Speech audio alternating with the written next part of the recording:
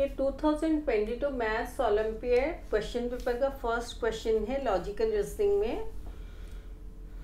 Which of the following Venn diagrams best represents the relationship amongst dogs, men and living beings? तो इनमें से कौन सा Venn diagram सबसे बेस्ट रिप्रेजेंट करता है relationship between dogs, man and living beings? तो यहाँ अगर हम लोग इसे लिविंग बींग्स लेते हैं और इसे एज्यूम कीजिए हम लोग डॉग लेते हैं, तो डॉग्स हमारे लिविंग बींग्स हैं और मैन सेपरेट है। मैन जो होंगे, मैन का ये दोनों के साथ कुछ लिंक नहीं, क्योंकि ये एकदम डिफरेंट दूर में है, तो ये दोनों के साथ इसका कुछ लिंक नहीं है, तो ये हमारा गलत हो जाएगा। और यहाँ पे देखिए, यहाँ अगर हम लोग इसके लिविंग बींग्स लेते हैं तो इसे हम लोग डॉग और इसे मैन लेंगे, तो डॉग्स और मैन सब लोग लिविंग बींग्स है, तो लिविंग बींग्स में हमारे डॉग और मैन आते हैं, तो ये हमारा करेक्ट ऑप्शन है। और इसमें से अगर आप लेंगे तो ये देखिए, अगर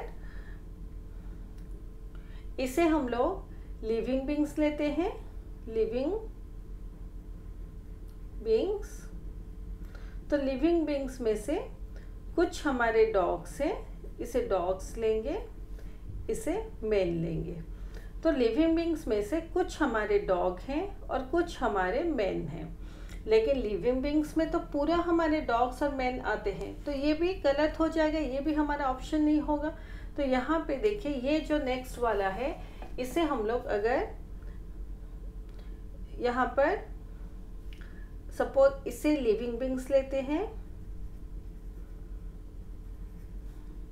इसे मैन और इसे डॉग लेते हैं, तो यहाँ लिविंग बींग्स में हमारे मैन और डॉग आते हैं, वो सही है, लेकिन जो डॉग्स हैं वो भी हमारे मैन हैं, क्योंकि मैन जो है उसके अंदर ये डॉग्स आते हैं, जो कि एकदम गलत है।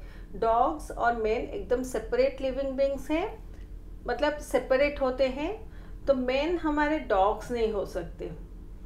तो लिविंग बींग्स में मैन और डॉग आएंगे, वो ठीक है, लेकिन सेकेंड पॉइंट में आप देखें, जो मैन है वो हमारे डॉग्स नहीं हो सकते। अगर इसको आप मैन लेंगे और इसको डॉग्स लेंगे तो डॉग्स हमारे मैन हो जाएंगे, वो भी पॉसिबल नहीं है। तो इनमें से सबसे बेस्ट ऑप्शन ये है, ऑप्शन बी, कि जो लिविंग बींग्स है उसमें से कुछ हमारे डॉग हैं और कुछ हमारे मैन हैं।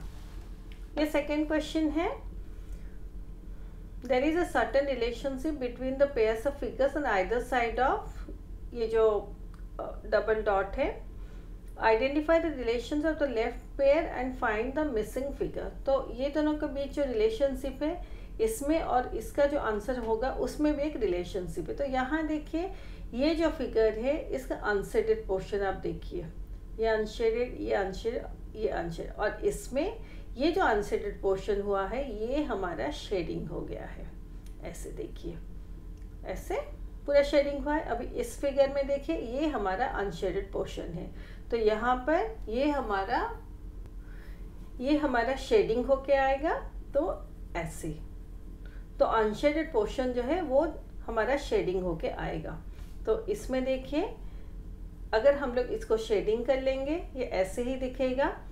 तो जो ऑलरेडी शेडेड है उसके साथ हमारा कुछ रिलेशनशिप नहीं है, ओनली जो अनशेडेड है वो हमारा शेडिंग हो जाता है यहाँ पर। तो ये हमारा अनशेडेड है, ये यहाँ पर शेडिंग हो गया, तो option C is the correct answer.